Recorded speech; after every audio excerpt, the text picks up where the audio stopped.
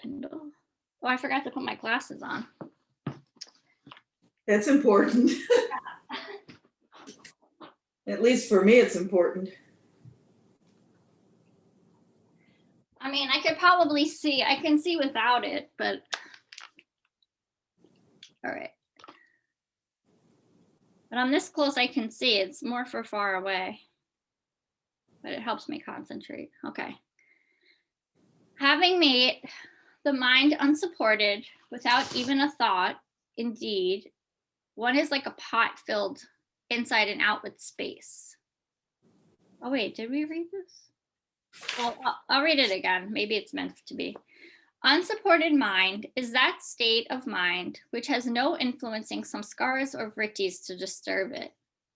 It becomes a perfect receptacle of the cosmic vibrations and consciousness, just as you have a bottle and fill it with any liquid, and the more you fill it, the less air it contains. So it is with the mind.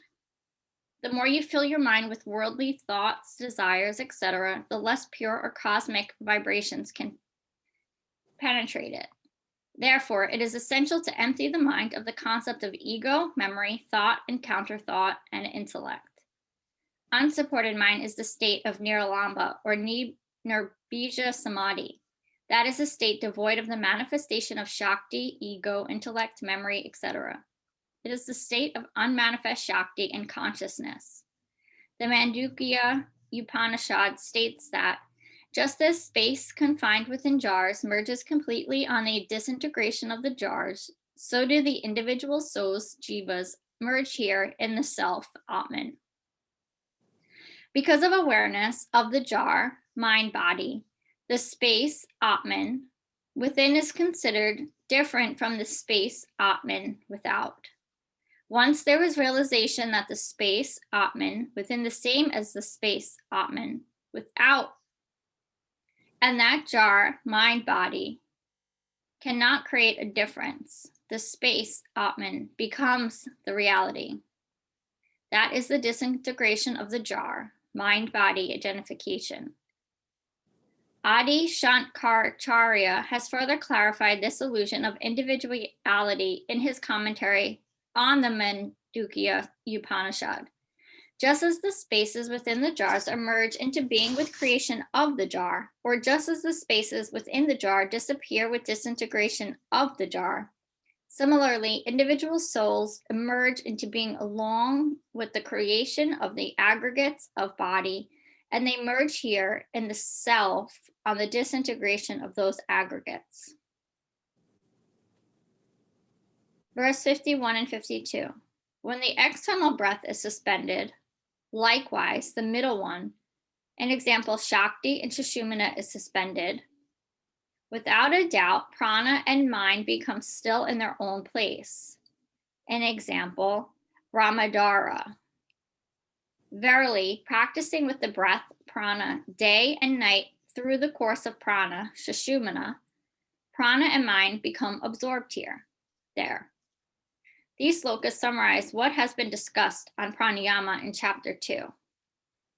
Verse 53, the whole body from the soles of the feet to the head should become filled with nectar.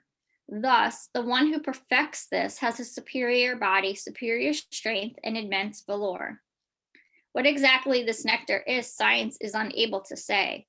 The yogis call it ambrosia or amrit. Mrit is death. Amrit is that which is beyond death and never dying. Death is the process of Maya or Prakriti. That which is beyond the influence of decay and birth is beyond Maya. There is only one thing beyond death and Maya, and that is Atma. When the body is filled with this nectar, the mind becomes intoxicated with the experience of Atma. Swami Muktananda tells how, in this state of deep meditation, ambrosial milk sometimes trickled through his palate and entered the gastric fire and nadis. He saw the nectar fill the body like a blended light spreading through the 72,000 nadis with lightning speed. From this arose the vision of Kundalini Shakti in many forms, and his body became increasingly light, slim, agile, strong, and immune to disease.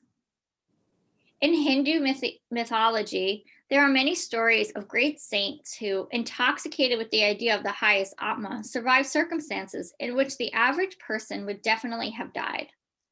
Even in the Bible and other religious books, there are such stories.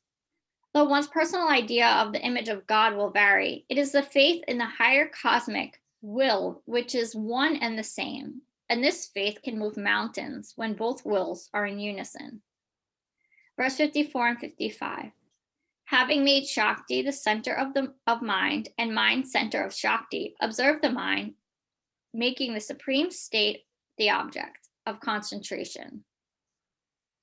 Making the Atma the center of Brahman and making Brahman the center of Atma and making everything Brahman remain without even a single thought in samadhi. When Kundalini is in Ajna, Bindu, or Saraswara, Shakti is in the middle of the mind, and mind is in the middle of Shakti. The mind and all its components that we experience in the product of Shakti. It is this Shakti in the form of mind which reflects the object shown to it. The Tantra states that upon the mass of the sun, Parashiva being reflected in the pure Vimarsha mirror, the Mahabindu appears on the Chitta wall, illumined by the reflective rays. Verse 4. Here, Shakti is compared to a mirror. This mirror is the Chitta wall, the mind screen. The mind should contain nothing. Then it will function as a mirror directed to the sun. An example, it will reflect pure consciousness. Otherwise, it reflects gross, subtle, and causal manifestations. When the mind is undifferentiated, Shakti reflects the light of Atma. It is the light which is experienced as illumination. Therefore, Atma should be the object of concentration. The word Ka is used here to mean Brahman, but it can also mean Akasha or ether. It means the highest cause, making Atma the center of Brahman and Brahman the center of Atma. An example, realizing the individual experience as the whole, remain without any individualized concepts. It has to be realized that Atma is always the center of Brahman and vice versa. However, this is unperceived when the mind is full of vrittis or movement. It is like looking into a pool of water on a rainy day and trying to see your own reflection. When the vritti sees the rain stops disturbing the water, then the vision can come. Which brings us back to verse 2 of Sage Patanjali's Yoga Sutras. Yoga Chitta Vritti Nirodha. Yoga is the sensation of the fluctuating patterns of the mind. The Avhuta Gita of Dattatreya states that space is pervaded by it, Brahman, but it is not pervaded by anything. It is existing within and without. It is individual and continuous. That's 2.14. Mind is indeed the form of space. Mind is indeed the omnifaced. Mind is past. Mind is all. But in reality, there is no mind. 1.9. Union and separation exists neither to you nor me. There is no you, no me, nor is there universe. All is verily self alone. 1.15. What the average person considers to be reality, separate from supra consciousness, is in fact part and parcel of supra consciousness, but it is without distinction because nothing can exist on its own. In order to exist individually, it has to be defined in relation to something else. It is always a part of something greater and beyond, and in essence, that something is Brahman. Individuality cannot be denied, but neither can collectivity. A single apple represents the whole tree from which it came. Just because you cannot see the tree when you look at the apple does not prove the tree does not exist. On the other hand, as the tree grows, the apple appears and then falls and dissolves back into the earth, from whence it has sprung. We could say there was no individual existence of the apple, but only the tree's growth and development are real. It is just like that with coming and going of souls. Just as the potential of the tree and the apple expands and contracts, so does the entire universe of individual names, forms, and beings within it. Another way of saying center the Atma in Brahma is realize that Atma is the potential of Brahma, realize Brahma. Just as the apple and tree are potentially no different from each other. Verse 56 to 58. Within the void, without is void. Like an empty vessel in space, completely full internally, completely full externally, just like a pot in the ocean. Without thought of the external or even internal thought, all thoughts abandoned, without even a single thought. The entire world is only the fabrication of thought. Play of mind is only created by thought. By transcending the mind, which is composed of constructed thought, definitely peace will be attained, O Rama. The Ishavasaya Upanishad explains everything as the full, from which nothing can ever be separated, because everywhere is still part of that fullness. The whole of this world, universe, the galaxy and stars, etc., are the total unfoldment of nature, an example, Shakti. And though it is in constant motion and transformation, with forms appearing and disappearing, nothing is ever lost from the total. The whole remains one. This is the philosophy of Tantra, Yoga, and Vedanta. The subtle essence of the purest existence is within and without all. The Ashtavakara Samhita states, just as the same all pervading space is inside and outside a jar, so the eternal, all pervasive Brahman is in all things. In actuality, that is the only one real state, and all other qualifications are only relative definitions, which are ultimately illusory. The Advaita Gita even denies the reality of individual existence altogether. It states, there is no pot's interior space. Neither is there an individual soul, nor the form of an individual soul. Know the absolute Brahman, devoid of knowable and knower. 1.32. As the space within a pot dissolves in the universal space when the pot is broken, so a yogi, in the absence of the body, dissolves into the supreme self, which is his true being. 2.25. There is no pot space or pot, no individual body or individual soul. There is no distinction of cause and effect, Karana and Karya. Why do you, who are the identity in all, grieve in your heart? 5.6. In the ultimate state of experience, there is no differentiation between anything. It is all part of the total. That is from an absolute point of view. However, when there is ignorance of the total experience, then the experience of separation of consciousness and the experience of duality cannot be denied. Dattatreya asked, how can he, the one and all pervading, who moves effortlessly all that is movable, be differentiated? When you consider that every object is made up of a matrix of particles, and it is the combination of every particle which makes the universe what it is, then how can a single object be separate? For it is part of the whole. Excuse me. In the same way, the absolute is everything manifest and unmanifest. All that was, is, and shall be. The Advaita Gita further states, there is no imagined division of bodies. There is no imagined division of worlds. I am indeed the absolute supreme truth. 6.24. You are he who is exterior and interior. You are the auspicious one existing everywhere at all times. Why are you running hither and thither, deluded like an unclean spirit? 1.14. When the pot is broken, the space within it is absorbed into the infinite space and becomes undifferentiated. When the mind becomes pure, I do not perceive any difference between the mind and supreme being. 1.31.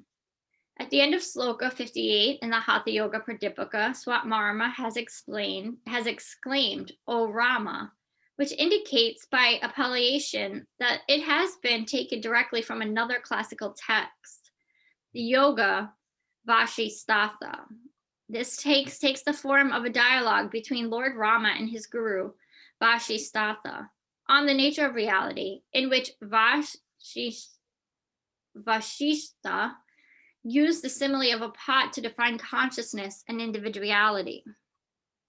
The sublime philosophy of an indivisible, eternal and infinite reality, indivisible, eternal and infinite reality, and the illusoriness of individuality, separation, duality, and death is the subject matter of the Advaita tradition. This philosophy is also known as Vedanta. Yoga and Tantra are the means to proceed from the state of duality to the experience of reality, union, oneness. Separation is not denied, and neither is the absolute. The fact that Swatmarma has used the teachings of Yoga Vasatha shows the link between Hatha Yoga and Jnana Yoga, and that with the physical awakening of Kundalini, the mind expands its boundaries. I'm going to pause there.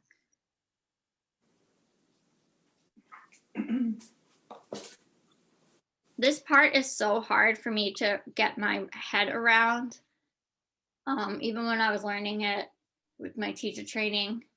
And it's one of those things like where it just gets so confusing to me. I just like put it in a file and put it under the bed. Well,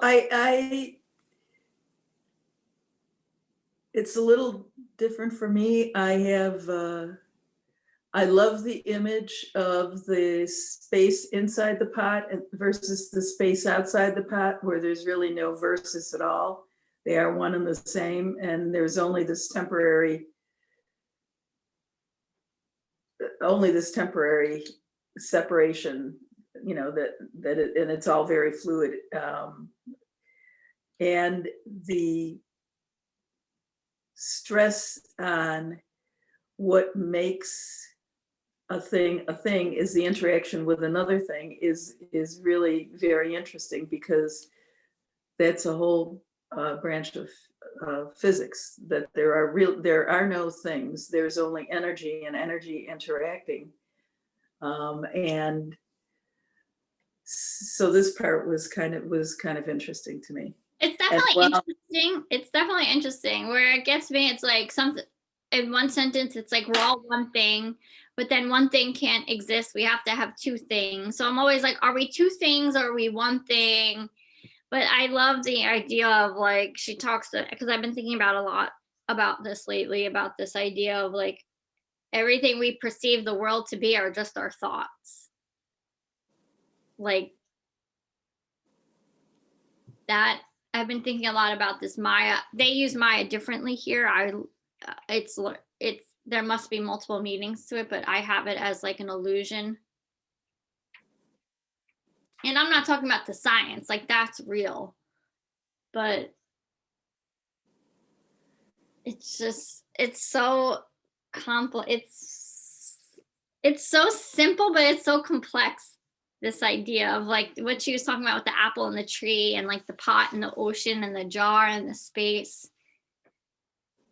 It makes sense, but like, I'm not going to let go of my body in this. Like, because I guess Amanda always calls us householders. Like, it's impossible to live a life thinking that. Like that, I don't know. It's hard. It's just very hard for me to grasp this concept. It's impossible to live a life thinking what? Like that, or like what she's saying, like that we're one. Like, I don't think I'm at that point. I shouldn't say it's impossible. I mean, it feels impossible to me right now. Maybe it's not, but like this idea that we're one, or that like, she's like, you are not your body. but like I have to acknowledge my body is there. Like I can't just let go of the jar. Right. Yeah. Okay, I understand what you're saying. I get it. Like we have to take, but like we spend a lot of time in this book, like, well, we have to take care of our body. Like we have to take care of the jar. I can't just pretend the jar isn't there, because it is there for me. So like, is it there or is it not there? And that's where I have the problem. That's where like I'm like a little confused. If you look at it as in certain energy states and in certain interactions, it's there, and in other interactions, it's not there. And if the whole idea is the universe is a series of simultaneously occurring energetic interactions, then at some points the jar is going to be there, and at other points it's not going to be there, but the energy is still there, and you're a part of this great, what I read her saying is you're a part of this great oneness of energy and flow and interaction of energy. I think it's that's when Amanda or this author says you are not your body, it is you are not only your body. That's only one energetic state, and it lasts for a particular amount of time. And a part of being your body is your mind explaining to you what's going on, so that that particular energetic state can survive for a little amount of time. So that's how I. Yeah, that makes sense. So I'm basically like an apple of the universe. Like I'm just like an extension of it, and then I will go back into the earth and come back out as another apple, and then I just keep being. I'm not the tree. I'm the apple. Yeah. Yeah. Or you could, yeah, absolutely. And you know what, Pam, you could be a pear too, Yeah. I mean, I feel like we all think we're the tree, but we're really the apple. And the other part I have a problem with is when they discuss, and this is like a much deeper conversation, but when they're talking about, she mentions death and how can you feel the grief? And it's like, for me, I was never taught grief. Grief was not something I was taught how to feel. It was something I experienced. And if the way, like sometimes I feel like death is looked at, or she mentioned it very briefly in one of these slokas. And it's like, if it's like, I feel like if we're all one and we lose one, if one of the apples gets lost, that because we're so connected, that of course I'm going to feel grief, because it's like a missing energy, like something's missing. So, and I guess I'm tying this to my sister, but it's like, I learned grief through experience. Like it was a very complex, energetic feeling I felt. Oh yeah. Both inside of me and like outside of me. And so I think that sometimes when they mention stuff like that, I'm almost like, I wonder if they hadn't experienced this emotion yet, where it was like, like until you experience death, or like when I can't speak of having a baby or being a mother because I have never had this experience. I may think I know what it's like, but until you do it, you're not going to know. And it's the same for me with death. Like I know people that still have not lost anybody, especially in like their immediate family. And it's losing someone in your immediate family is a totally different feeling than losing someone in your outer network. Yeah. It's a different like energetic feeling. So Yeah. I forget what she said to that. So like that part, sometimes I get a little like, I don't know, like I get that we're all going to die, but it shouldn't be, it's okay. I think it's okay that we feel that way. Like if Well, you're you telling said, me there's all this energy around it and then one goes missing or one leaves, then something has to shift there.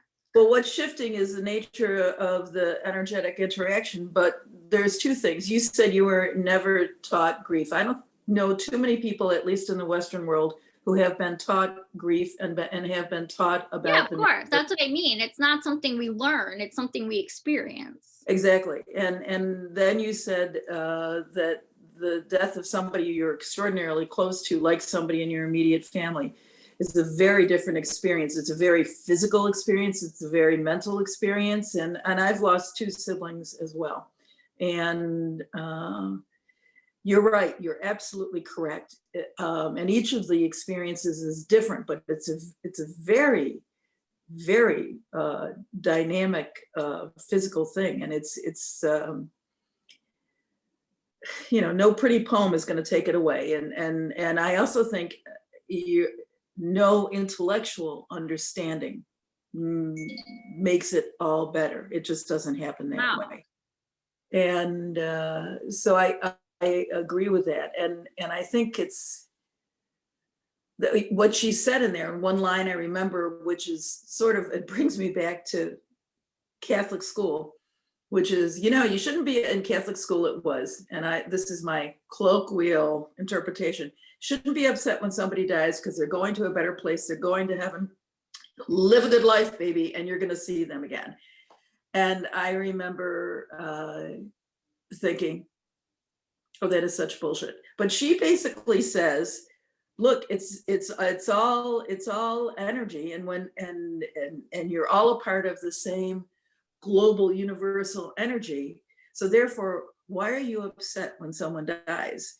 But I agree with you that it's we're just humble human beings and animals can be upset when a fellow animal dies. And there's just this physical process you have to work through, and it changes you. Just like this year, 2020, everything that's happened has changed us. And while things will change further, the change that was kicked into gear in 2020 is going to be with us forever. It might look different as the rest of the changes evolve, but it's not like things are going to go back to normal or 2019. It's never going to happen. No. And I sort of feel like when somebody dies, it's the same thing. You change, and you are never going back to the pre-death experience. So you lost a sister, I lost two brothers, and the first brother who died, Bruce, I grew up, I was very close to him. And when he died, I remember thinking right away, this is before Bruce and after Bruce. There is before Bruce and after Bruce. Yeah. And there's like this wall. And one thing that I have learned is that the wall or the chasm, depending on how you look at it, and the before and after, gets a little bit easier to scale. Oh yeah. As time goes on, but you're absolutely right about it being an incredibly physical process, and I think it changes you absolutely forever. And you keep on changing, but it's a massive, massive change. I think what I meant when I was saying, like, it's not something you're taught. It's like, it's not something just in my mind. I mean, when you're grieving, you feel it in your toes, and you feel it in your heart and your stomach. Absolutely. Like, you feel it in your whole body. It's not just something that takes place here, where it doesn't become just like a mind thought for me. It's so powerful.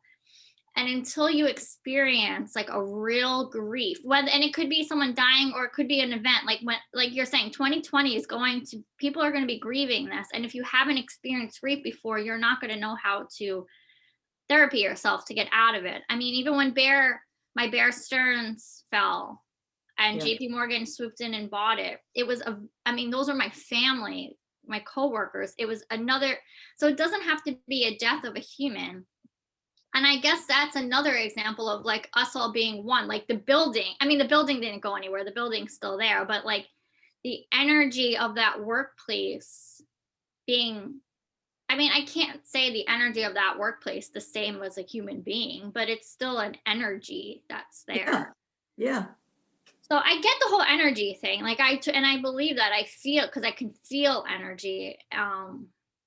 But sometimes when, like, I think I went back and she's quoting one of the other books, and they say, why do you, who are the identity and all, grieve in your heart? Like, that is too hard for me to wrap my head around. I can't say we're all, I can't say, oh, my sister's in a better place, like, and make myself immediately feel better. If I'm grieving, like, that's not going to work for me. Like, and I'm Yeah. not going to tell other people that either. I feel like that could become a spiritual bypass, where it's like, oh, well, she's in a better place. But I know we say those things to try to make each other feel better. And I occasionally can tell myself that. But when you're in the real thick of your grief, I have to just let myself be sad until I can, like, get over the wall. And like you're saying, like, and well, you're saying like the timeline of a wall, but also like there's a grief wall too. And there's a very sad part of it, and there's a very angry part of it. And then, like, I know my sister's in a better place now because I feel fine. I'm not grieving because of how unhealthy she was. And at least I can feel like she was at peace. But yeah, so sometimes I have a hard time wrapping my head around that part of, like, we are all one. And I can force myself to believe it, but if I really am like, do I really believe that? I don't know. I don't know if I do. And that's okay. And that's just where I am. It's just very hard to wrap your head around it. I agree. It's an incredibly difficult concept. Yeah. All right, well, let's do some breath. It's already 8:15. And then we will meditate.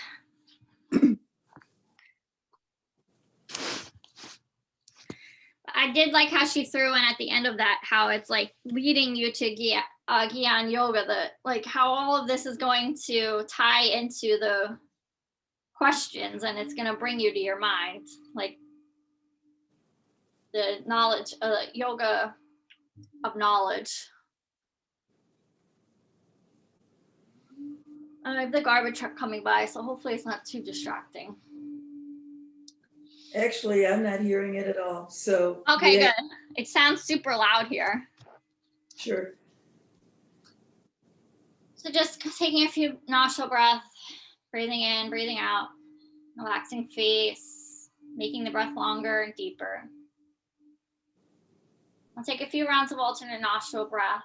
We'll move into a few rounds of bumblebee breath, and then we'll meditate. So bring right hand to right nostril, inhale through your left. Close left, exhale right. Inhale right. Close right, exhale left. Take a few more rounds like that, adding breath retention and locks if it's in your practice.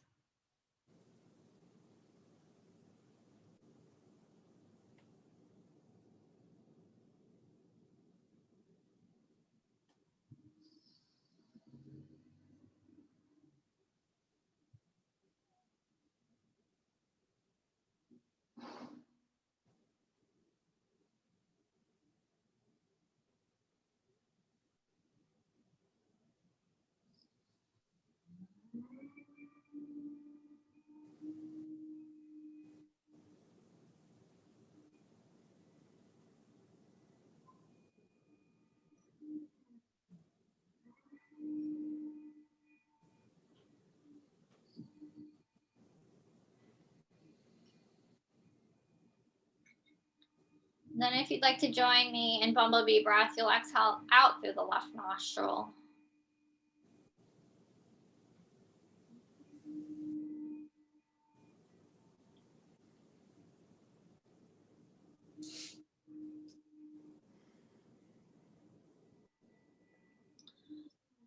Amanda did this thing yesterday where she folded her ring and her pinky into her palm.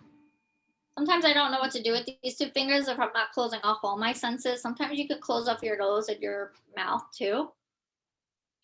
But if you're not doing that and you want to fold these two fingers into your palm just to give them something to do, you'll place the thumb in the ears and the pointer and the middle finger on top of your eyes. You'll breathe in and out through the nose with a humming sound on your exhale, sounding like a bumblebee. And you can do 3 to 5 rounds. Taking a deep breath in.